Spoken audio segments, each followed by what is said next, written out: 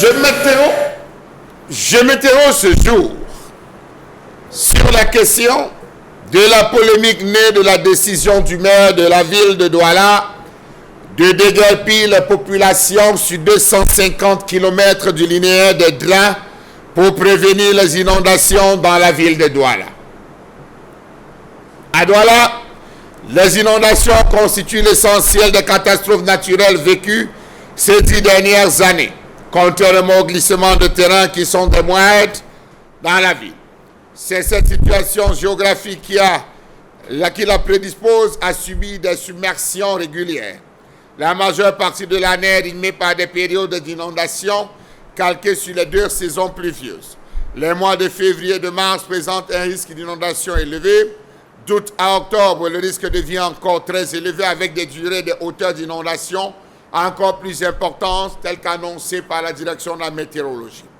Et il faut voir dans ces inondations l'occupation des lits des cours d'eau par les constructions des populations et les déchets qu'elles y déversent. Le maire de la ville de Douala, Roger Mbassa-Diné, a annoncé une grande campagne d'information à l'intention des occupants des abords du linéaire des drains de la métropole. Ceux-ci sont appelés à libérer l'emprise des quelques 250 km que constitue ce réseau de drainage. Cette opération précède des travaux de curage des drains. D'après le maire, les travaux sur les drains consisteront à libérer leur emprise de toute occupation afin de limiter les effets dévastateurs des inondations. Il sera également question de créer des voies pour permettre l'accès à ces zones enclavées, mais aussi d'améliorer l'enlèvement et l'évacuation des ordures. Opération qui vise par ailleurs à améliorer la mobilité dans la ville, c'est-à-dire, tel qu'il avait dit, la construction des routes sur les drains. Ainsi, les occupants doivent libérer 25 mètres de l'emprise de part et d'autre du drap, et ce au plus tard le 31 décembre de cette année, car cette occupation est illégale. Merci. À quoi servent les brigades de suivi et de contrôle de la mairie de la ville? Question. Comment les populations ont-elles fait pour occuper ces espaces? En effet, le maire rappelle que les drains et les emprises font partie du domaine public et que par conséquent, ces espaces ne peuvent être ni vendus ni loués. En d'autres termes, la mairie pourra, le moment venu, entreprendre des démolitions sans possibilité de dédommagement. On a envoyé des équipes de sensibilisation dans tous les quartiers, sur tous les liens des drains, informer les populations. Il faut rappeler que la cité côtière est cernée par 8 rivières, à savoir le Kondi, dont on a réduit le lit, le Mbanya, dont on a réduit le lit, le Tongo-Bassa, le Ngwa, la Beseke, qui n'existe pratiquement plus, là où se tenaient les premières réunions de Ngodo, le Bonasama, qui constitue les bassins versants dont les eaux se déversent dans le Vouri, le principal bassin agissant comme un entonnoir ou plutôt une cuvette qui ne parvient malheureusement pas à évacuer tous ces volumes d'eau. Selon les experts en hydrogéologie et en aménagement urbain, la situation dans la ville de Douala est grave. Bravo, monsieur le maire.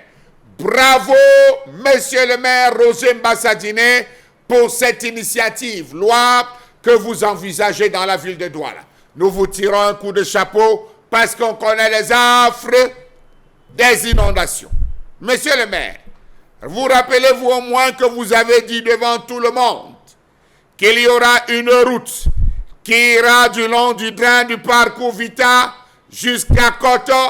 Vous l'avez dit et on avait applaudi.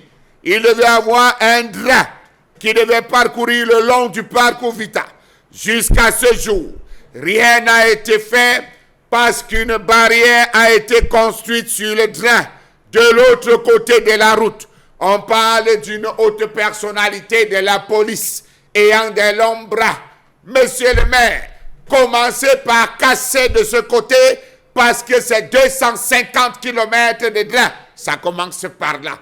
Et il faut percer, casser cette barrière pour permettre et faciliter la circulation. le maire n'a jamais fait passer la route. Après, pour ceux qui arrivent au niveau du parcours Vita, juste avant la station, c'est-à-dire le carrefour parcours Vita, il y a une station. Derrière cette station, il y a un train. Un long train qui devra en principe passer. La route on avait prévu qu'on devait faire les routes des deux côtés des trains. Ce n'est pas moi, c'est le maire Roger Bassadine, jusqu'à Coton.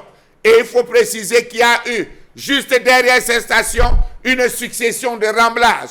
On a interpellé le maire, mais apparemment il était occupé avec l'opération Douala Clean. Le maire n'a jamais fait passer la route. Est-ce que sa dernière sortie augure de grands changements dans ce secteur?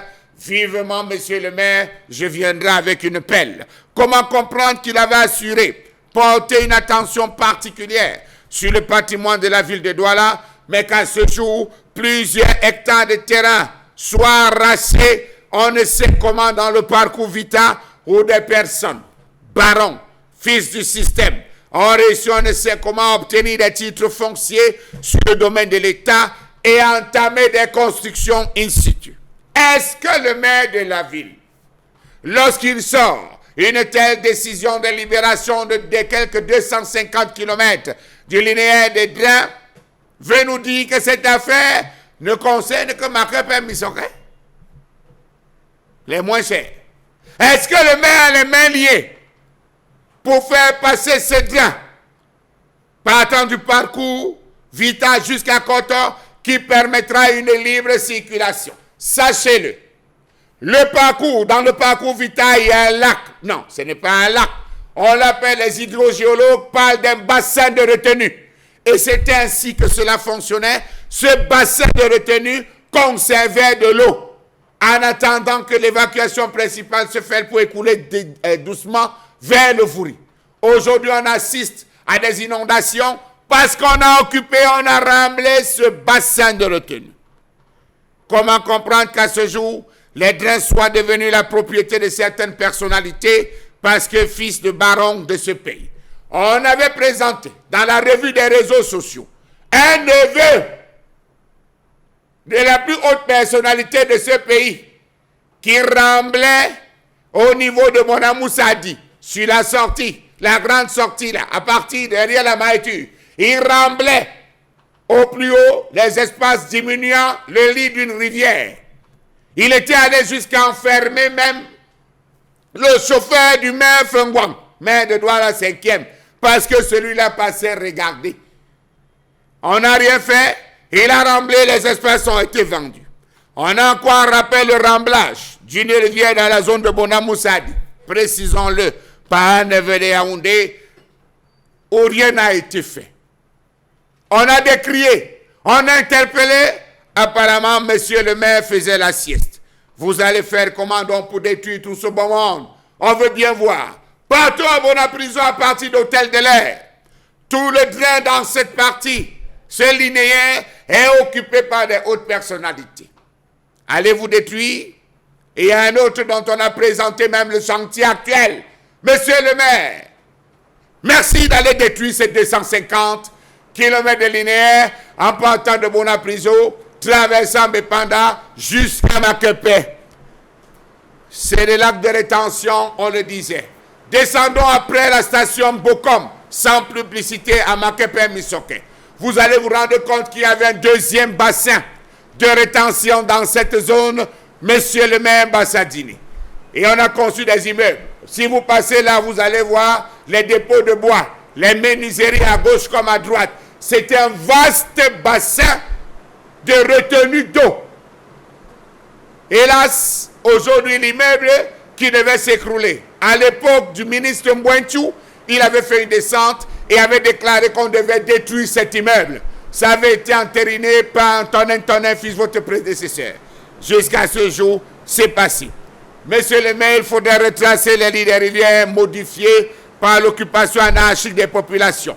Le Mbagna a vu son lit réduit. Le Ntondé, pareil. Le Mbopi, alors, c'est la totale. Aujourd'hui, avec les CDD, on n'a que des drainaux. On n'a plus de drains. La profondeur. Comment comprendre qu'on n'a pas respecté la profondeur impulsée et engagé par Berthaud, partant du temps, traversant le Mbopi, sortant derrière l'entreprise qui vend la caillerie, vous allez vous rendre compte que tout le long de cette draine jusqu'à Berthaud, nous n'avons que des drainaux, des petits drainaux, même pas des drains.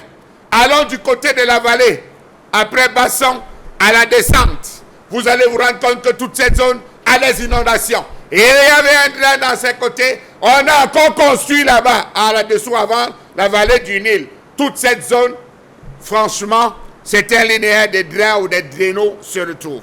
À peine achevé, ces infrastructures ont perdu de leur superbe et de leur valeur. Les maires connaissent. Les maires des communes connaissent. Les maires de la ville connaissent. Nous avons 8 rivières. Les 8 principales rivières sur lesquelles devraient être faits de sérieux drains. Le Mbagna n'existe plus. Le Tondé est en train de mourir. N'allons pas en Sapé.